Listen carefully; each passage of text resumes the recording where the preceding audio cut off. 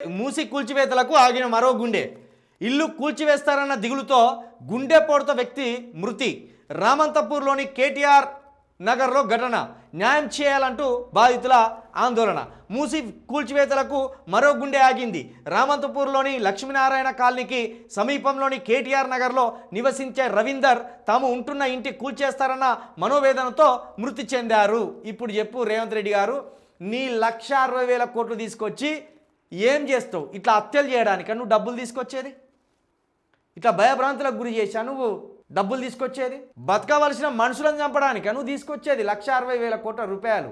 కేవలం నీ భయానికే, నీ బుల్డోజర్ల భయానికే, నీ అధికారుల భయానికే ఈ ప్రాణం ఆగిపోయింది. ఏ అర్ధరాత్రి ఏ రాక్షసుని లెక్క వచ్చి పోలీసుల మీద పడతారో తెలియదు. ఏ అర్ధరాత్రి నీ బలగాలు వచ్చి వాళ్ళ కొంపలు కూల్చేస్తావో తెలియదు. అగో ఆ భయంతో ఈ ప్రాణం కోల్పోయింది. అంటే ఇప్పుడు దీంట్లో ఎవరు? ఏ1 రేవంత్ రెడ్డి, ఏ2 అధికారులు. ఈ ప్రాణంని తీసింది ఖచ్చితంగా తెలంగాణ ప్రభుత్వమే. అభివృద్ధి చేస్తున్నామని చెప్పి వినాశనం చేస్తున్నారు మీరు. అభివృద్ధి చేస్తున్నామని చెప్పి ప్రాణాలు తీస్తున్నారు మీరు. అభివృద్ధి పేరుతోటి హత్యలు చేస్తున్నారు మీరు. మీరు చేసే హత్యలే ఇది.